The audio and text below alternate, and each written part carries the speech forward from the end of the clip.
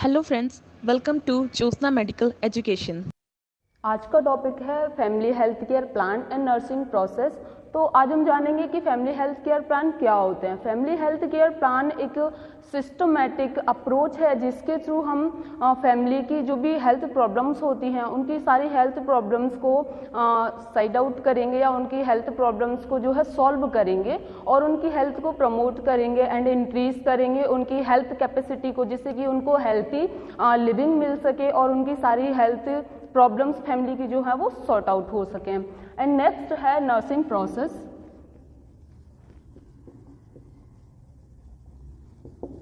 Nursing process जो है वो उसको जनरली डिफाइंड किया गया है कि नर्सिंग प्रोसेस जो है एक सिस्टमैटिक प्रॉब्लम सॉल्विंग अप्रोच है जिसमें कि इंडिविजुअलाइज्ड केयर प्रोवाइड किया जाता है नर्सिंग केयर। और जो भी नर्सिंग केयर प्रोवाइड किया जाएगा किसी भी इंडिविजुअल को, और उसको प्रोवाइड करने के बाद जो है उसकी सारी हेल्थ नीड्स जो है वो उसको दिया जाएगा एंड उसकी सारी हेल्थ प्रॉब्लम्स को है वो सॉर्ट आउट किया जाएगा। नेक्स्ट बात करेंगे कि नर्सिंग प्रोसेस के जो फेजेस क्या क्या होता है, क्या क्या स्टेप्स होते हैं नर्सिंग प्रोसेस के। नेक्स्ट है फेजेस ऑफ नर्सिंग प्रोसेस।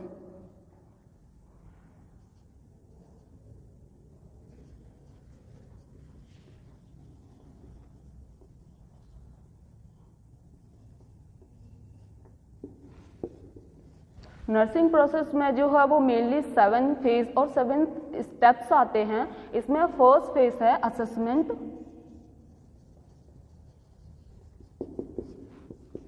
तो इन दी असेसमेंट फेज और इन दी असेसमेंट स्टेप जो है हम असेस करते हैं पेशेंट जो भी इंडिविजुअल है जिसकी हेल्थ प्रॉब्लम्स है, उसको डिसीज कंडीशन है कुछ भी, तो सबसे पहले हम उनको उनके जो भी हेल्थ रिलेटेड इश्यू हैं उनको असेस करेंगे। असेसमेंट में सबसे पहले आता है सब्जेक्टिव डाटा।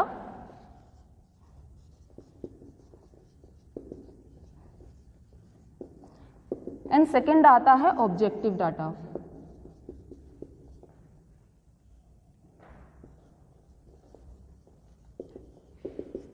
सब्जेक्टिव डाटा में जो है जितना भी उसमें सब्जेक्टिव डाटा का जो प्रोसेस है जिसमें कि जो भी इंडिविजुअल है, जो भी पेशेंट है या फिर जो भी इंसान है, जो भी जिसको भी हेल्थ प्रॉब्लम्स हैं, तो वो जो भी अपनी क्लिनिकल मैनिफेस्टेशंस जिसको बोलेंगे कि वो जो भी अपनी प्रॉब्लम्स बताएगा कि इसको क्या क्या हेल्थ से रिलेटेड इश्यू हैं, क्या क्या प्रॉब्लम्स हैं, वो सारा हम उसको नोट करेंगे एज अ स्टेटमेंट, तो उसको बोलेंगे सब्जेक्टिव डाटा। और फिर इसमें डाटा कलेक्शन भी किया जाता है। डाटा कलेक्ट करके उनको डाटा कलेक्ट करने के बाद में उसको सारा कुछ नोट किया जाता है जिससे कि आगे की नर्सिंग प्रोसेस को हम लोग स्टार्ट कर सकें। नेक्स्ट है ऑब्जेक्टिव डाटा। ऑब्जेक्टिव डाटा में जितना भी आता है जैसे कि जो भी पेशेंट है, जो भी इंडिविजुअल है जिसको हेल्थ प्रॉब्लम्स हैं, तो उसका जो भी उसको कितना पेन है, पेन की क्या इंटेंसिटी है, उसको मतलब कितना मतलब जैसे, तो ऑब्जेक्टिव डाटा में जितना भी है हम लोग ऑब्जर्व करते हैं जो भी सामने वाला पर्सन होगा, जो भी इंडिविजुअल है, उसके सारे जैसे कि उसको पेन कितना है, उसकी पेन की इंटेंसिटी क्या है, वो उसके फेस पर मेनली ऐसे ही दिख जाएगी कि उसको कितना पेन, कितना सीवियर पेन हो रहा है उसको, या फिर उसको कोई भी चोट लगी है तो चोट में कितनी चोट लगी है उसको, वो हम देख के ऑब्जर्व करेंगे विजुअलाइज थ्रू, जैसे कि विजुअलाइज होगा जो उसका जो भी कुछ होगा। तो ऑब्जेक्टिव डाटा में हम लोग गेस्चर, पोस्चर, उसके फेशियल एक्सप्रेशंस, उसकी वॉइस जो है, ये सारा कुछ हम लोग उसका ऑब्जर्व करेंगे ऑब्जर्वेशन में। नेक्स्ट जो है डायग्नोसिस।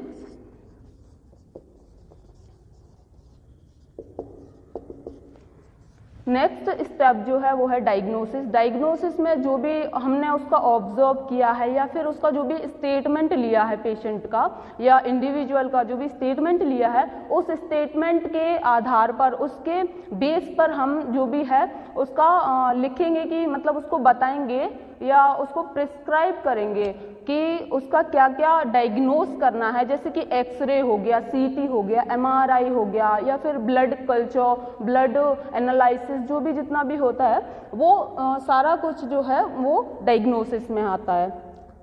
नेक्स्ट है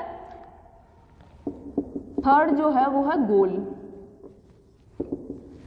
तो ये जो गोल वाला स्टेप है गोल में जितना भी हम लोग डायग्नोस करेंगे, जो भी उसका डायग्नोस हो गया, जैसे कि उसको डायग्नोस करने के बाद में पता चला है कि पेशेंट को फीवर है या फिर उसको कोई भी इन्फेक्शन है, तो उसका कोई भी इन्फेक्शन हो गया या फिर उसको कोई भी डिसीज कंडीशन हो गई जो कि पता चल चुका है कि हाँ ये उसको प्रॉपर उसको प्रॉब्लम है हेल्थ से रिलेटेड, तो उसके लिए हम लोग आगे की प्रोसेस प्लान करेंगे, उसका मतलब उसको देखेंगे कि उसका गोल किस गोल के बेस पर उसको प्रोसेस को आगे बढ़ाएंगे। हम लोग उसका गोल बनाएंगे कि एक लक्ष्य है कि हमारा जो भी गोल है उसको ये प्रॉब्लम है तो उसको इराडिकेट करना है, उसकी हेल्थ प्रॉब्लम्स को जो है वो डिक्रीज करना है through the goal.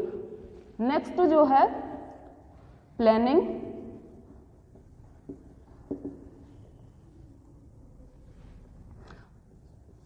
Planning phase जो है, प्लानिंग बोलेंगे या फिर इसको इंटरवेंशन बोलेंगे।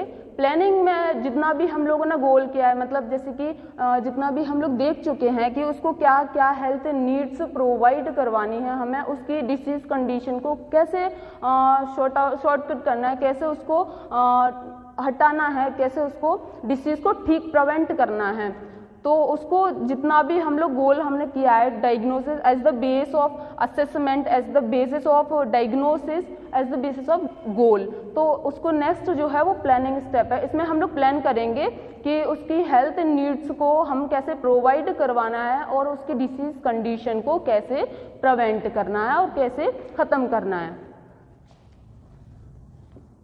नेक्स्ट स्टेप्स है रेशनल।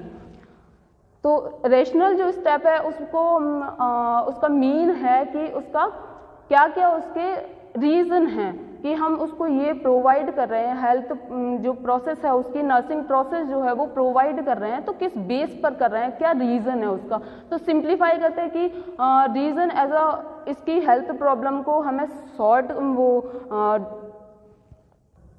हाँ, तो रेशनल में जो है कि क्या रीज़न है हम जो प्रोवाइड कर रहे हैं उसको, नर्सिंग केयर जो प्रोवाइड कर रहे हैं उसका क्या बेस है, क्या रीज़न है। नेक्स्ट है इम्प्लीमेंटेशन।